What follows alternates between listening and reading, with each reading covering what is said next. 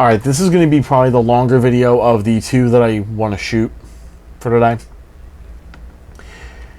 There's one pro and con, in my opinion, that D&D, or should I say one D&D, I should say, has, that we now have to deal with as both dungeon masters and dungeon players. It's the same thing, in my opinion, and that is the BCE, the backwards compatibility engine. Backwards compatibility has been a big thing, not just in certain levels of gaming, mostly in the video game industry, but now we're bringing it to one D&D. The big drawback I'm seeing out of all of this is the backwards compatibility engine.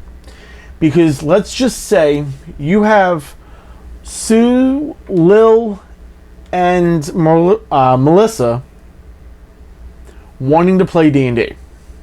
They're all going to do one D&D format. So Sue is going to bring a 5th edition playbook, PHB, I should say, Player's Handbook. And Michelle, who's running it, is going to bring a 2E or a 3E DMG, PHB, and MM. Let's say she brings all 3 of the major books. So, I mean, yes, you can run it, definitely run it. It's not an issue, but the issue will be coming up during character creation, because a 5th edition gives you a lot more leeway in certain fields to build certain creatures. A Kanku, for example. Okay? The Rabbit Folk, which I forget the name of. I don't have the books currently with me. They're stashed off. You know, there's so much you can do in 5th edition. And the BCE of it all, yeah, you can attach and play a 2E book with a 5E,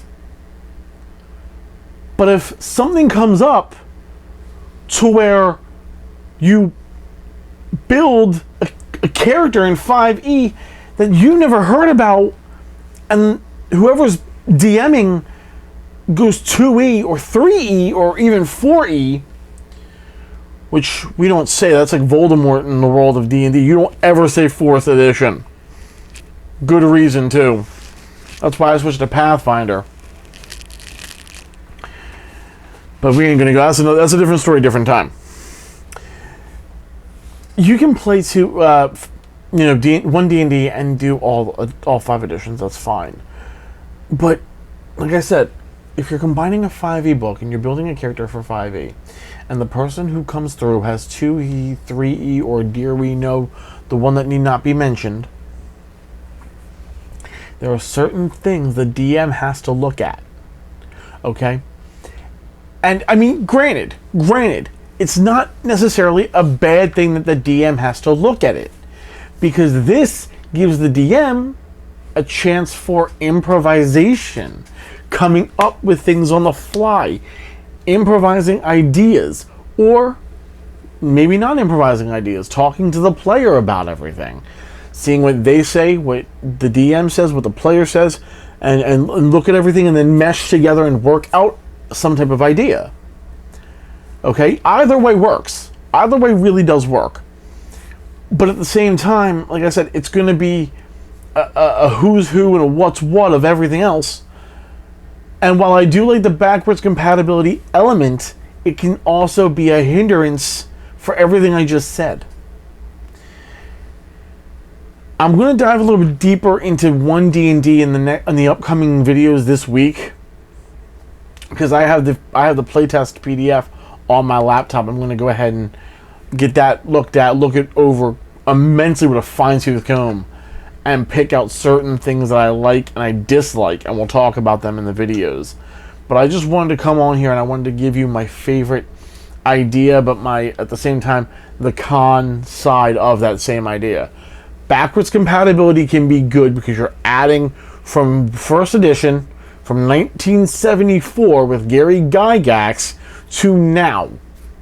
Okay, we're up here now, 5th edition. Now, so 1E, 2E, 3E, 3.5.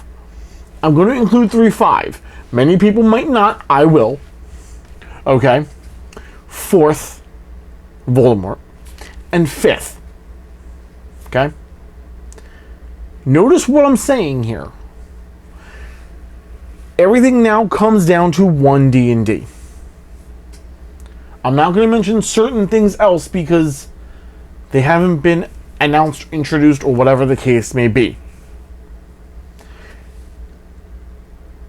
And I might actually say the thing in one video this week. I'm going to talk to my friend about this because I want his take too before I shoot it.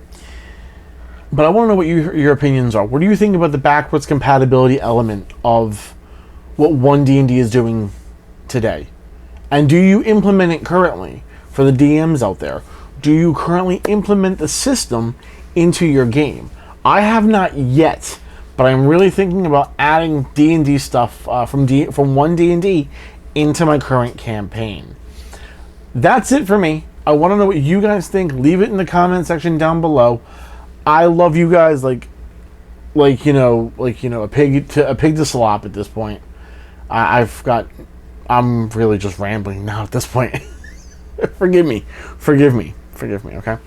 And by the way, the thing I wanted to mention for why the comments were turned off in that one video, I tried to turn them on about 15 million times and I was wrong.